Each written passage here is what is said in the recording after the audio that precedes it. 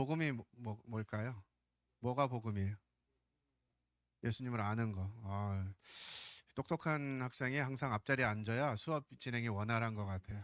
네. 또 복음은 뭔가 여러분들이 아는 복음. 친구들이 물어봅니다. 야, 도대체 복음이 뭐냐? 이렇게 물어봐요. 그럼 뭐라고 대답하겠어요?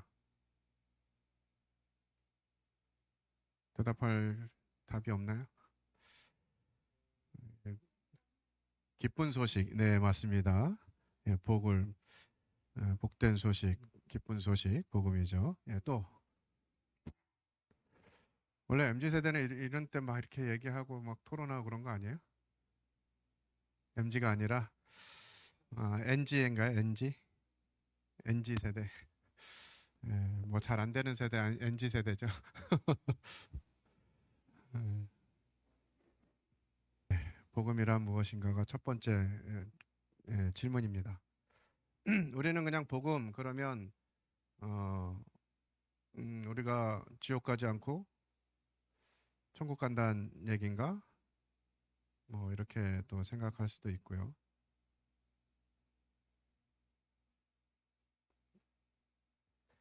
예, 기쁜 소식, 뭐 예수님을 아는 거, 뭐 이렇게 얘기하고 있는데 성경은 뭐라고 하는지 한번 살펴보겠습니다. 같이 읽어볼까요? 마가복음 1장 1절 시작. 8장 30 사도행전 8장 35절 시작.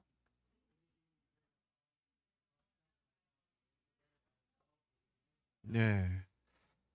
이 마가복음과 사도행전의 말씀에서는 하나님의 아들 예수 그리스도의 복음의 시작이라라고 성경을 가장 먼저 마가복음 1장 1절에 기록하고 있어요. 어, 사도행전에서는 빌립이 입을 열어서 이거를 시작하여 예수를 가르쳐 복음을 전했다 이렇게 표현하고 있습니다. 그러니까 복음이 여기서는 뭐예요? 하나님의 아들 예수 그리스도가 복음이다 라고 하는 것들을 알 수가 있습니다. 베드로전서 1장 25절도 같이 읽겠습니다. 시작. 오직 주의 말씀은 세세토록 있도다 하였으니 너희에게 전한 복음이 곧 이 말씀이니라. 네, 베드로전서에서는 복음이 뭐라고요? 말씀이다. 말씀. 그럼 말씀은 뭐예요? 어이구, 끝으로 가버렸네요. 끝. 아직 시간이 안 됐기 때문에. 네. 로마서 1장 2절 같이 읽겠습니다. 시작. 이 복음은 하나님이 선지자들을 통하여 그의 아들에 관하여 성경에 미리 약속하신 것이라. 예. 이 복음은 뭐라고요? 선지자들 통해서 누구에 대해서? 그의 아들에 관해서 성경에 미리 약속했다 그랬습니다. 또 요한복음 1장 1절 같이 읽겠습니다. 시작. 태초에 말씀이 계시니라. 이 말씀이 하나님과 함께 계셨으니 이 말씀은 곧 하나님이시니라. 네. 성경이 가르치고 있는 복음은 바로 우리가 지옥 갈 뻔했는데 하나님의 은혜로 천국 가게 됐다. 이런 내용이 아니라 성경은 분명하게 예수 그리스도 곧 하나님 그분이 복음이다라고 우리에게 설명해 주고 있습니다. 그래서 이 복음으로 사는 삶 이것은 누구로 사는 삶이겠어요? 예수 그리스도로 사는 삶이 복음으로 사는 삶입니다. 복음은 지옥에 가지 않는다는 사실이 아니고요. 곧 살아계신 하나님, 곧 말씀이시다라고 하는 것입니다. 하나님의 아들 그분이 이 땅에 오셨고 말씀으로 존재하고 계시는 이 사실을 기억하게 되죠. 복음이 어떻게 우리에게 왔는지 요한복음 1장 14절로 17절에 또 설명해 주고 있습니다. 같이 읽겠습니다. 시작. 말씀이 육신이 되어 우리 가운데 거하심에 우리가 그의 영광을 보니 아버지의 독생자의 영광이요 은혜와 진리가 충만하더라. 요한이 그에 대하여 증언하여 외쳐 이르되 내가 전에 말하기를 내 뒤에 오시는 이가 나보다 앞선 것은 나보다 먼저 계심이라 한 것이 이 사람을 가리킴이라 하니라. 우리가 다 그의 충만한 데서 받으니 은혜 위에 은혜로라. 율법은 모세로 말미암아 주어진 것이요 은혜와 진리는 예수 그리스도로 말미암아 온 것이라. 네. 이 복음이신 예수 그리스도 그분이 이 땅에 어떻게 오셨냐? 말씀으로 계셨던 그리스도께서 육신이 돼서 우리 가운데 오셨다라고 하는 것입니다. 이것이 복음이죠. 크고 놀라운 소식. 하늘에는 영광이요 땅에는 평화를 주는 소식. 이것이 곧 복음입니다. 예수 그리스도 그분이 이 땅에 오셨다라고 하는 것이죠. 근데 그분이 어떤 모습으로 오셨는가라고 하는 부분들, 뭐 마곡간에 태어나시고 뭐 가난하게 오시고 뭐 이런 얘기가 있지만 그분을 집약적으로 표현해 주는 것은 바로 은혜와 진리가 충만하더라입니다. 우리가 다 그의 충만한 데서 받으니 은혜 위에 은혜로라 라고 기록하고 있어요. 예수 그리스도 그분이 이 땅에 오신 것, 그것이 바로 은혜라고 성경은 우리에게 설명해 주고 있습니다. 그래서 복음, 예수 그리스도 그분이 이 땅에 오신 것, 우리 가운데 거하시는 것 자체가 은혜라고 하는 것이에요. 은혜가 뭡니까? 많이 들었죠. 은혜가 뭐예요? 선물. 어디 뭐 예습하고 왔나 봐. 예, 선물이기도 하고요. 또 은혜라고 하는 그 단어적인 의미가 뭐예요? 예, 도저히 받을 만하지 않는데 그런 사람에게 주어지는 선물. 이것이 은혜입니다. 우리에게 예수 그리스도 그분이 오셨다는 것이 은혜라고 했는데요.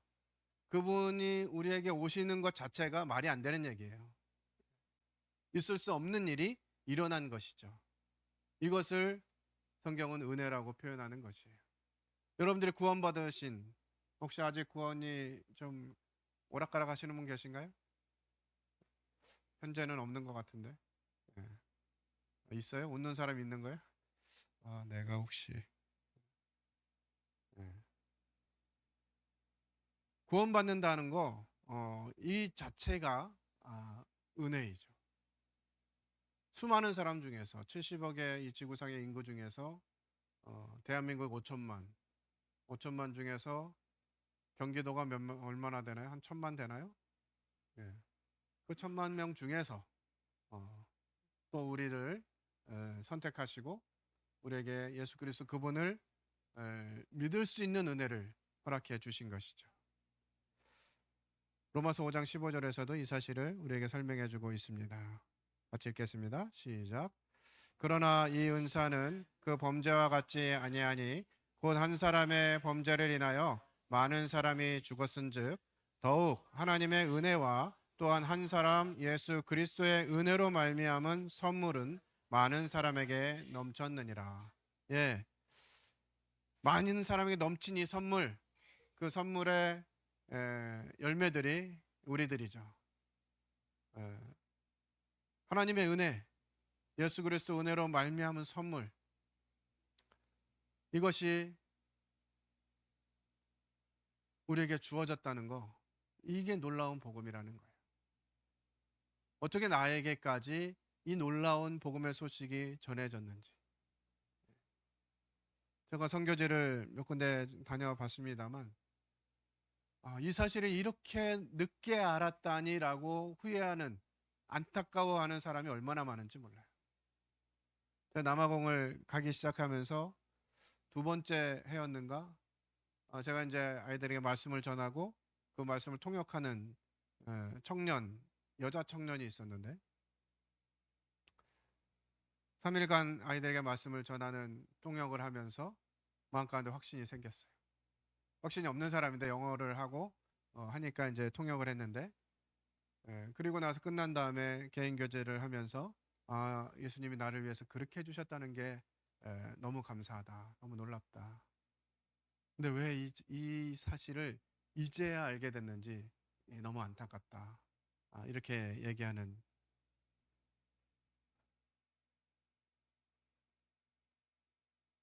그러니까 이해할 수 없는 거예요. 하나님께서 최문수 형제님을 이 대한민국이라고 한 나라에서 잘 먹고 잘 살 수 있는데 굳이 그 남아공이라고 한 먼 나라까지 비행기로 16시간, 비행 시간만 16시간 걸리는 그 나라까지 가가지고 영어도 안 되는 양반이 선교를 간 거예요. 간증 많이 들으셨겠지만 My name is 최문수도 영어로 못 읽는 분, 그런 분을 하나님이 보내셨어요. 거 가가지고 첫 해, 둘째 해 막 지내면서 복음 전하시는데 저렇게 말을 해도 사람들이 알아듣나 싶을 정도로 Jesus died for your sin 막 이러면서 어? 이렇게 얘기하는데 저렇게 알아듣고 또 복음이 전해지나 보다 이렇게 생각이 드는 거예요. 그 말을 듣는 사람들이 이 하나님의 말씀을 들었을 때 수많은 사람이 들었죠. 제가 남아공 가서 복음 전하는 아이들 숫자만 생각해도 한 2천 명 되는 것 같아요. 뭐 200명, 300명 막 이렇게 해가지고 7, 8번 갔으니까. 예. 그런데 그 많은 아이들 중에서 얼마나 지금 교회 가운데 머물고 있겠어요? 그래도 많이 머물러 있어요 지금. 그 아이들이 복음 듣고 구원받고 해서 지금 구원받아서 교회를 섬기는 청년들이 한 30명 돼요. 놀라운 은혜죠. 2천 명 중에 30명. 이런 복음이 나에게 전해졌다라고 하는 것 자체가 은혜라는 거예요. 근데 이 은혜를 어떻게 해주신다고요? 선물로 주신다는 거예요. 선물. 모임 안에서 자라난 청년들, 학생들 중에 이제 아마 여러분들이 학생부 교사도 하시고 주일학교 교사도 하실 텐데 아이들이 가지고 있는 생각 중에서 제일 안 해결되는 영역이 바로 이겁니다. 선물이라는 거. 그래도 내가 뭘 좀 해야지 될 것 같은데 우리가 뭘 좀 해서 구원받았나요? 우리가 뭘 좀 해서 복음이 복음됐어요? 온전한 선물이에요. 선물. 선물은 내가 뭘 해서 주는 게 아니에요. 완전한 하나님의 은혜로 우리에게 주어지신 것이죠. 그것이 복음입니다. 계시록 20장 17절 같이 읽겠습니다. 시작. 성령과 신부가 말씀하시기를 오라 하시는도다. 듣는 자로 오라 할 것이요 목마른 자도 올 것이요 또 원하는 자는 값없이 생명수를 받으라 하시더라. 네, 값없이 하는 거예요. 하나님이 주신 거 그냥 주셨으니까 받는 것이죠. 그런데 이 선물을 받기 전에 자꾸 뭔가 해야지만 받을 수 있을 것 같은 거예요. 너무 놀라운 선물이기 때문에 그 선물을 그냥 받긴 좀 이상한 것 같아. 그래도 내가 뭘 좀 준비를 해야지. 많은 사람들이 이 착각에 빠져서 이 하나님의 선물을 기쁘게 받지 못하는 거죠. 그러나 하나님은 100%, 99.9%도 아니고 100% 이것을 선물로 주신 것이에요. 이것을 뭐라고 한다고요? 은혜라고 하는 거예요. 왜 나를 생각해 볼 때 이유가 없는 거예요. 하나님이 우리를 선택하셨다고 한들 뭐가 대단한 유익이 있으실까요? 제가 주님 믿고 16, 15, 16세 주님 만났는데 지금 53살이 됐거든요. 40년에서 조금 빠지는데 그렇게 제가 주님을 섬겼다고 한들 하나님께 영광이 얼마나 더해졌을까요? 제가 정말 제 몸을 불사르게 내어주고 하나님 나라를 위해서 정말 애썼지만 이것으로 인해서 하나님이 뭐 더 나아지신 게 있냐고요. 그런 분은 아니거든요. 그분 자체가 완전하시고 그분 자체가 풍성하신 분이기 때문에 우리가 뭘 한다고 해가지고 그분의 영광이 더 나아지시는 분이 아니라 우리 없어도 상관없으신 분이에요. 그 하나님이 우리를 선택하시고 우리를 하나님의 자녀로 삼아 주셨다는 거예요. 이게 얼마나 놀라운 은혜입니까? 왜 그렇게 하셨냐?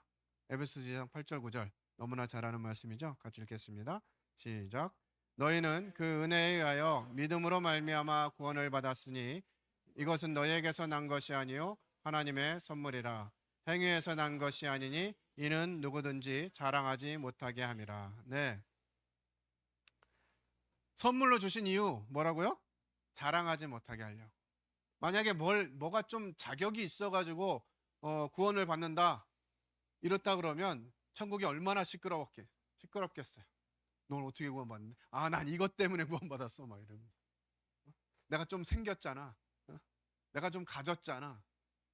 내가 좀 이런 건 낫잖아. 이런 자랑하는 소리 때문에 천국 얼마나 시끄럽겠어요. 그러나 하나님 우리에게 주신 이 복음, 구원은 그냥 하나님의 선물이라고. 받을 만한 가치가 없는 사람에게 베풀어지는 호의, 은혜로 복음이 우리에게 다가왔다고 하는 것이죠. 복음이 어떻게 우리에게 왔다고요? 복음은 완전한 하나님의 은혜의 선물이라고 하는 것입니다. 이렇게 우리는 구원받은 거예요. 놀랍지 않나요? 우리 한국 사람들이 정서적 표현을 잘하네. 이쯤 되면 이렇게 막 이렇게 정말 감사하다고 일어서서 막 찬송도 하고 아멘도 하고 이런 걸 못 보고 자라가지고 그렇죠, 여러분들이. 그런 걸 좀 하려고 그래요. 기쁘면 기쁘다고 좀 하고, 아프면 아프다고 슬프면 슬프다고 이렇게 해야 되는데 교회 오면 이렇게 감정들이 없는지 모르겠어요. 그걸 생각하니까 제 얼굴이 이랬다고요. 얼마나 좋은지. 정말 너무 감사하고 너무 기쁘고 그렇지만 뭐 할 말이 없는 거죠. 이런 은혜를 받은 사람들에게 하나님이 주시는 말씀이 이것입니다. 빌립보서 1장 27절 전반부에 있는 말씀인데 같이 읽겠습니다. 시작. 오직 너희는 그리스도의 복음에 합당하게 생활하라. 이제 우리는 은혜를 받았어요. 은혜로 복음을 듣고 은혜로 구원을 받았습니다. 하나님의 선물을 우리 것이 된 이런 사람들이 되었어요. 그런 우리에게 하나님이 주시는 말씀 뭐냐? 복음에 합당하게 생활하라는 거예요. 그게 무슨 의미겠어요? 우리가 받은 은혜 그거 생각하면서 살라는 거예요. 다른 조건이 없어요. 이제 구원 받았으니까 뭐 앞으로 내가 뭘 좀 어떻게 하고 뭐 이렇게 해서 하나님을 위해서 내가 좀 살아봐야 되겠다 이런 생각을 하면 좋은데요. 못해도 상관없다는 거예요. 왜? 그거 못할 줄 아니까 하나님이 우리에게 이 복음으로 사는 삶도 은혜로 살 수 있도록 그렇게 하셨어요. 구원은 은혜로 받고 삶은 내 힘으로 사는 게 아니라고요. 우리가 지금 청년들 이제 대학 다니다가 졸업하고 이제 회사 막 들어가면 이제 어떻게 해야 되는지 막 또 회식 자리 가면 또 술 먹어라. 요즘 뭐 그런 문화가 없다고는 하지만 그래도 이제 세상 사람들 사이에서 섞여서 살아야 되니까 내가 어떻게 해야 될지 고민스러운 거예요. 내가 어떻게 하면 되지? 이런 상황이 오면 어떻게 할까? 막 고민하는 것이죠. 그러면서 좌충우돌합니다. 이렇게도 부딪히고 저렇게도 부딪히고. 그러면서 하는 결론, 난 아직 멀었구나. 갈 길이 멀구나. 이렇게 하면서 자포자기하거나 내가 싸워서 이겨야지 막 하면서 뭔가 대단한 헌신을 해야 될 것처럼 생각하거나 우리에게 이렇게 살라고 하는 것은 어떤 의미이냐? 우리 고린도전서 9장 13절 14절 같이 읽어보겠습니다. 시작. 성전의 일을 하는 이들은 성전에서 나는 것을 먹으며 제단에서 섬기는 이들은 제단과 함께 나누는 것을 너희가 알지 못하느냐? 이와 같이 주께서도 복음 전하는 자들이 복음으로 말미암아 살리라 명하셨느니라. 복음 전할 때 뭘로 산다고요? 복음으로 산다는 거예요. 다시 돌아갑니다. 복음이 뭐라고요? 예수 그리스도. 그분이 복음이에요. 그 복음이 우리에게 어떻게 왔다고요? 은혜로 선물로 주어졌다는 거예요. 그럼 우리는 앞으로 복음을 전하고 이럴 때 뭘로 살아야 된다고? 복음으로 살아야 된다.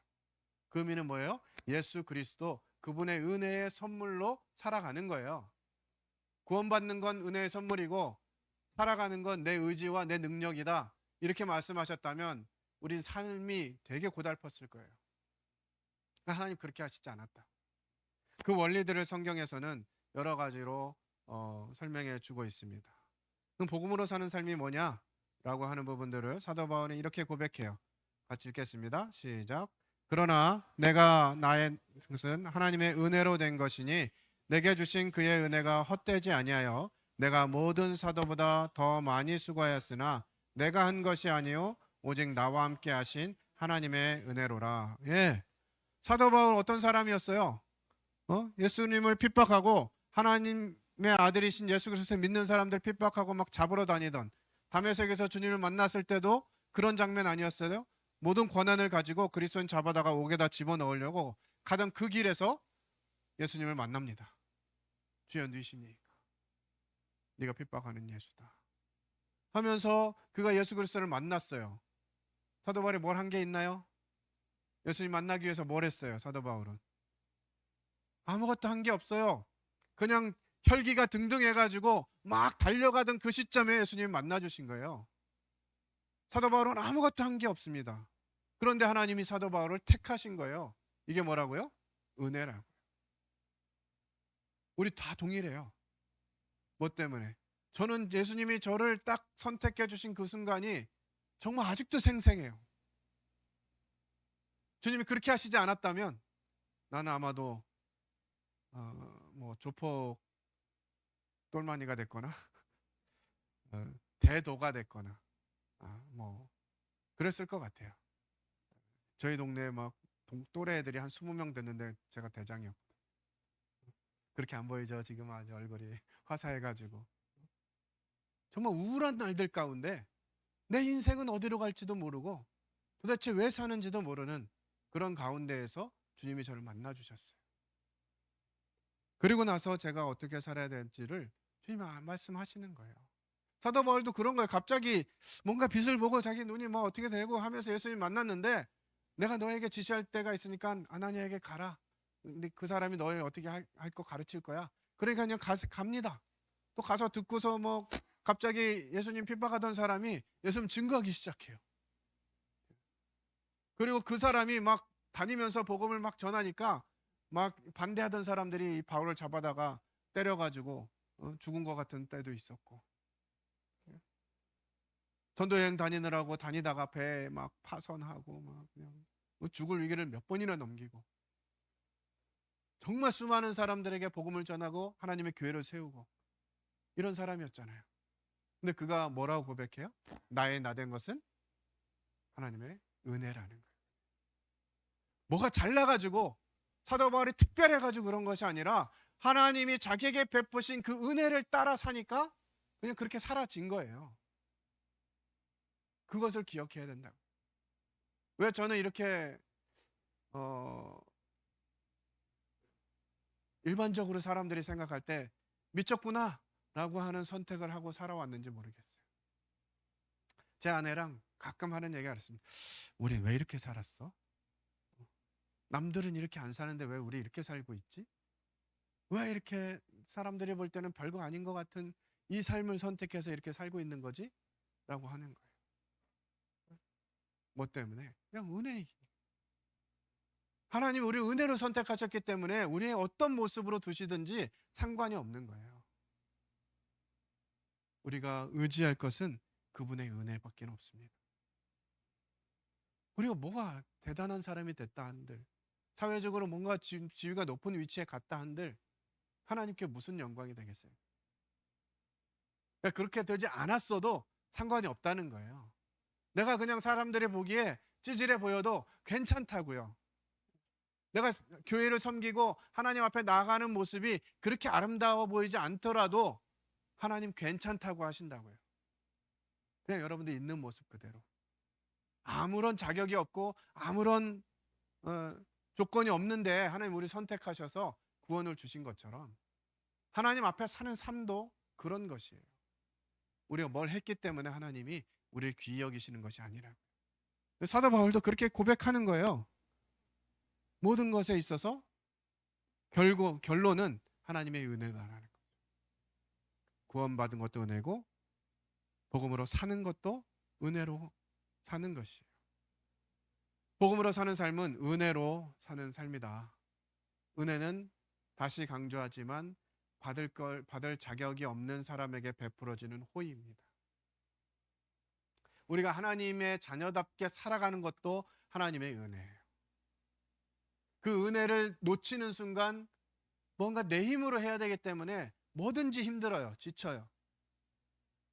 저희 교회가 연합하고 나서 분위기가 막 좋아지니까 청년들에게 일이 막 쏟아지고 있어요. 다음 세대 청년들이 해야지. 청년들 으쌰으쌰. 잘해. 그럼 막 회비도 막 올려주고 맛있는 것도 막 해주고 사주고 막 이러고 있거든요. 네. 막 떨어지고 있어. 그러니까 이제 막 좀 지치려고 그래. 이것까지 청년들이 해야 되나? 막 이런 생각도 들고. 힘들면 힘들어도 된다고요. 네? 힘든데 안 힘든 척 하지 말라고. 나는 상태가 안 좋아. 상태가 안 좋아서 도저히 그 일을 감당이 어려울 것 같아. 그래도 억지로 할 마음을 품지 말라는 거예요. 그 모습 그대로 하나님께 나아가라는 거죠. 주님, 저 너무 힘들어요. 이번에는 좀 쉬고 싶어요.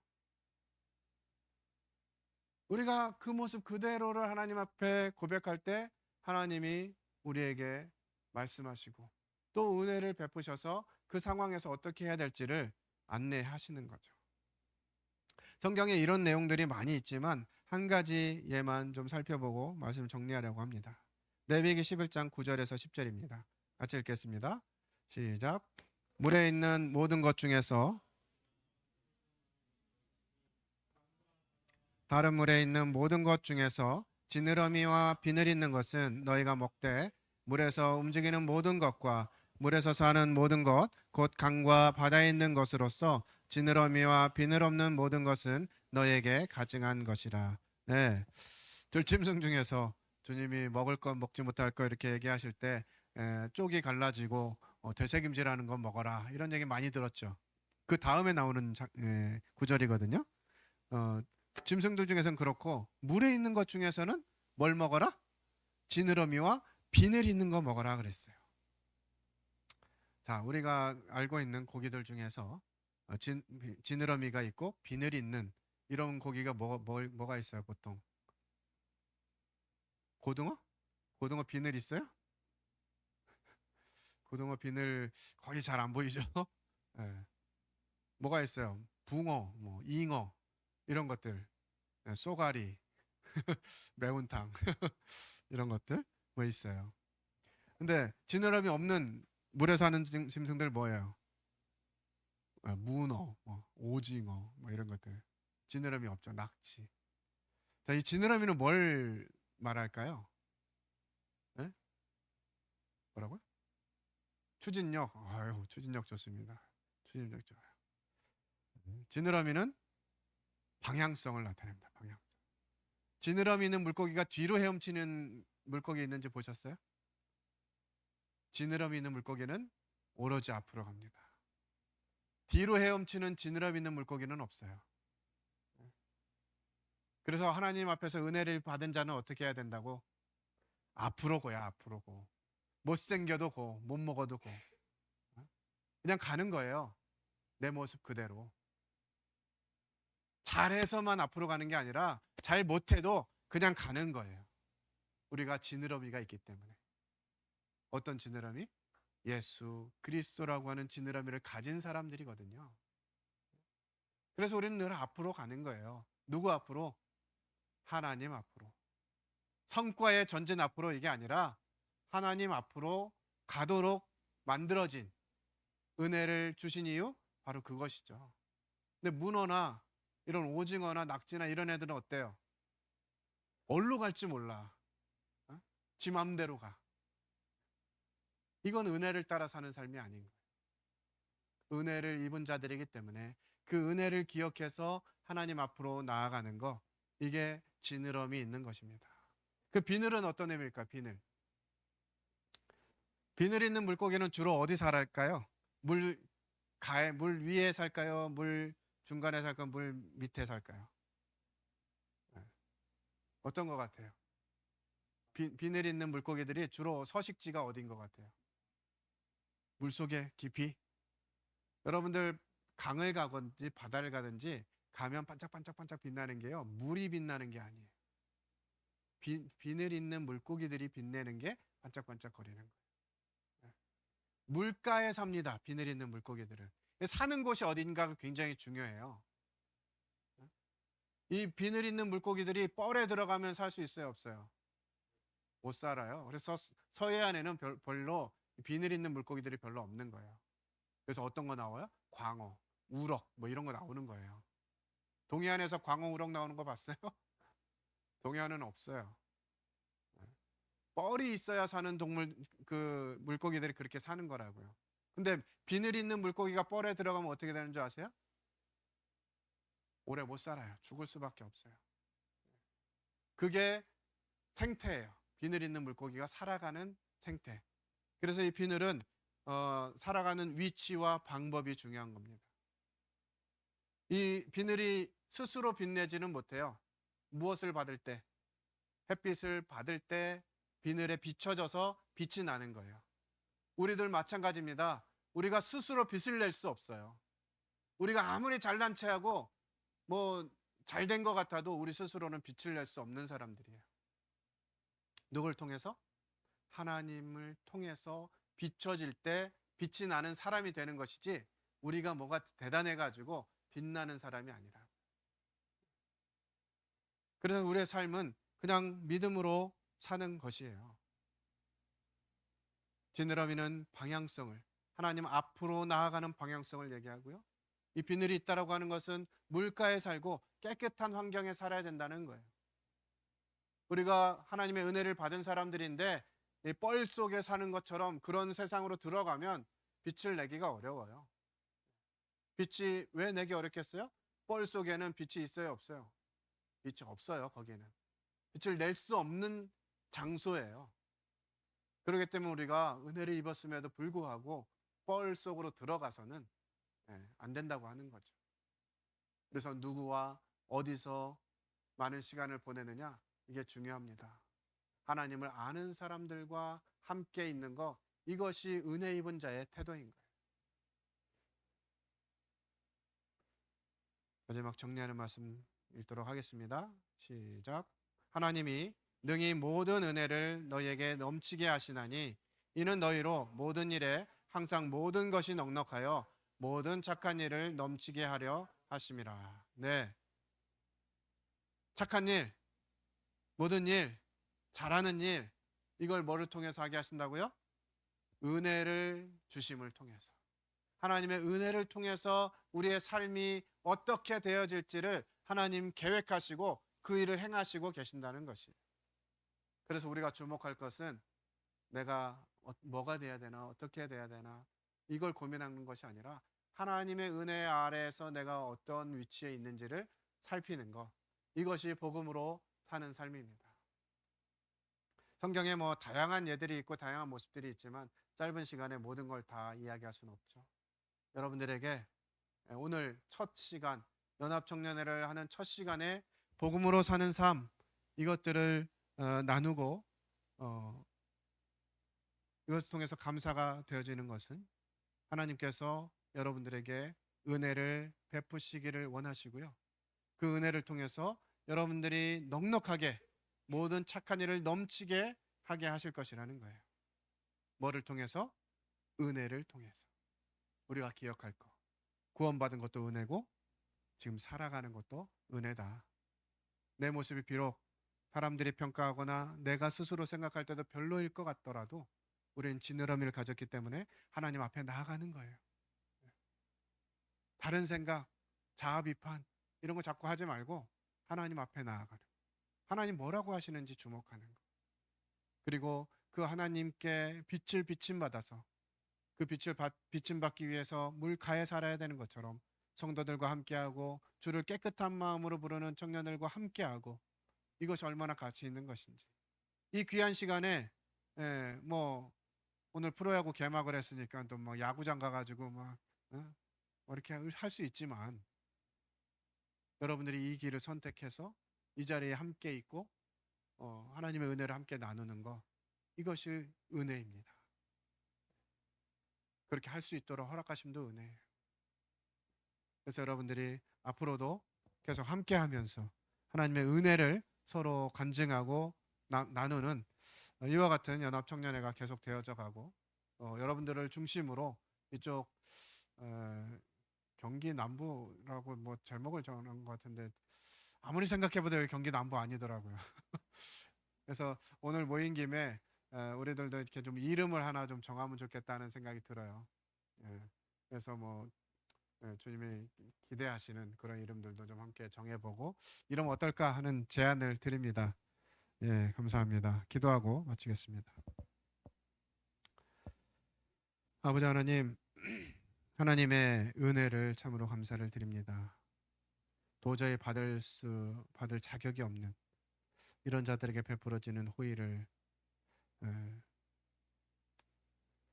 이런 은혜를 어떻게 저희에게 주셨는지,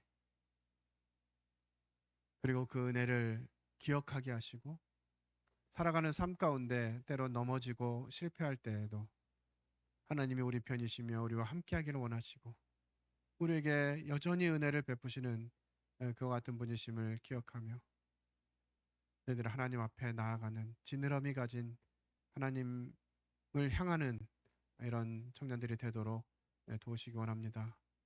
복음을 주셔서 감사드리고 복음으로 살 수 있도록 또 은혜를 베푸심도 감사를 드립니다.